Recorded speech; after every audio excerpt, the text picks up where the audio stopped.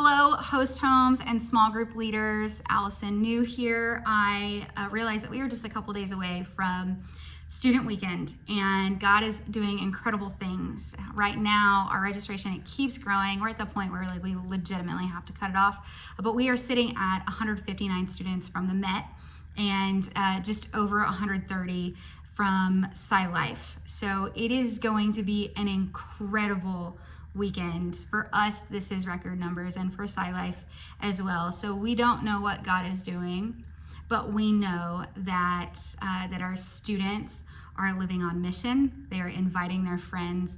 They are showing up. They are hungry for the Word of God and to be in community and relationship with the people of God. And so we are praying, not just for what God is going to do in the lives of our students, but we're praying too for you all as host homes, as small group leaders, for what God has for you.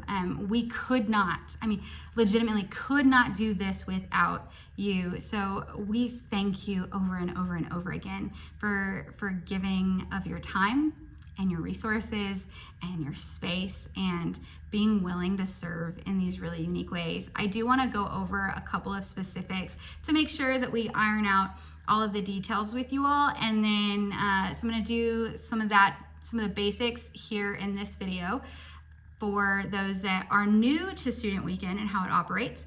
And then I've got a second video that is going to go over some brand new pieces that we have for Student Weekend. So if you have done Student Weekend, this is your 9th Student Weekend, you probably don't need to listen to this video, listen to the second video. So here we go. I want to make this quick. We have the role of small group leader. And as a small group leader, you are here to first and foremost be relational with the students, not just in the circle and small group time, but throughout the entire weekend. Engage in conversations with the students. We this year are handing out a thing called an FYI sheet for your information, where the students are going to fill out just different pieces of information about themselves. And it's got some different questions like, how would you describe your relationship with God right now? Or what are some questions that are hangups that maybe you have with Christianity? Are you saved? Would you call yourself a follower of Christ? Because we recognize that while several of our leaders are our students' normal small group leaders, there are a lot of leaders that are coming in that don't know our students. So we want to do everything in our power to help fast track that for you to get to know our students, so that when you're engaged in conversation with them through the weekend, you have an awareness and you can be intentional with the questions that you're asking, and you already you can just dive in. So look for the FYI sheets and read up on the students. Then as a small group leader, your other role is to lead or facilitate really small group time. We don't need you to be a teacher, we need you to be a facilitator. And if your group has more than 12, which about half of our groups have just over 12 students, go ahead for small group time and divide into 2 groups. That way no one can hide and everyone is heard. And then share the load of facilitating small group. Don't just one person lead small group the whole time. There are multiple leaders. Y'all each take turns facilitating a small group time, so that one person isn't bearing that.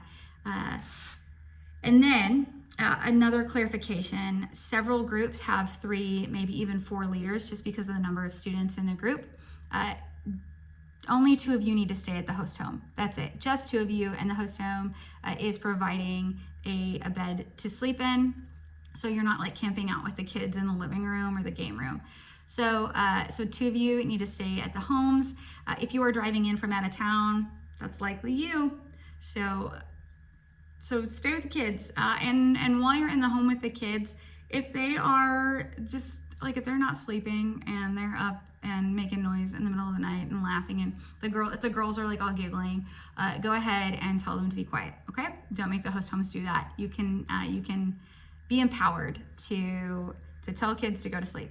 And then host homes, if there are any house rules, go ahead and when the students arrive on Friday evening or Friday night, go ahead and let them know any house rules. Like if you don't want shoes worn upstairs, things like that, we abide by those. So take the opportunity, share house rules. Then as a host home, you'll also provide breakfast Saturday morning, and then you'll assist with transportation. And typically that transportation is simply to and from the church and the host home.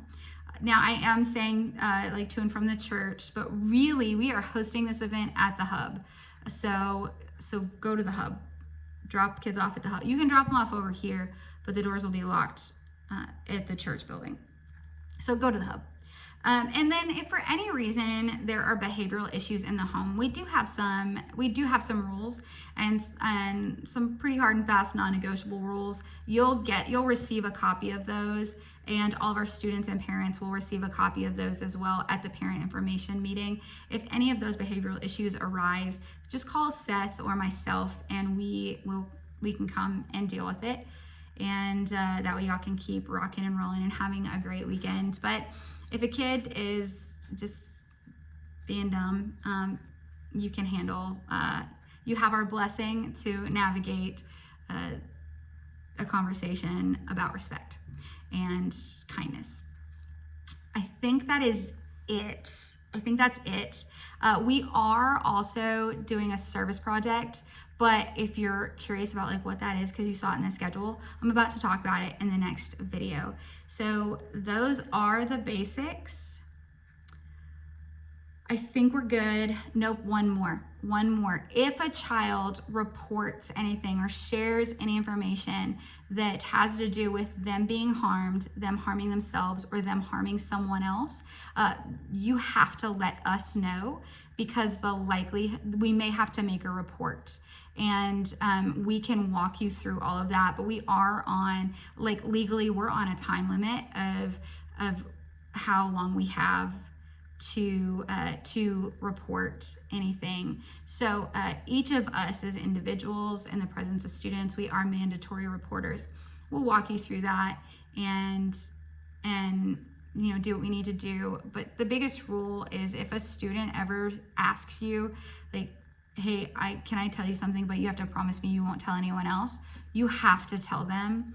I cannot promise that I won't tell anyone else, because there are just some things that when they're spoken about, I have to report something sometimes. So you have to let them know that there are certain things that you can't keep secret, but it is for their good, and you can still invite them to share.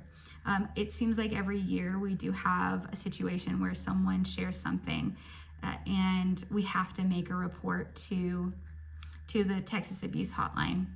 So just be aware and know that that may come up, but we will walk through the reporting process with you, and we will walk through it with you immediately, because we cannot wait. But you, as the first-hand person to receive the information, you're the one that you have to make the report, but we can walk you through it. I've done it quite a bit, and we'll be here for you. So if you have any questions, you can reach out to me or Seth, and we'll answer your questions. But we cannot wait to see you guys on Friday. We're really looking forward to it. Okay, I've got new information coming at you in our next video.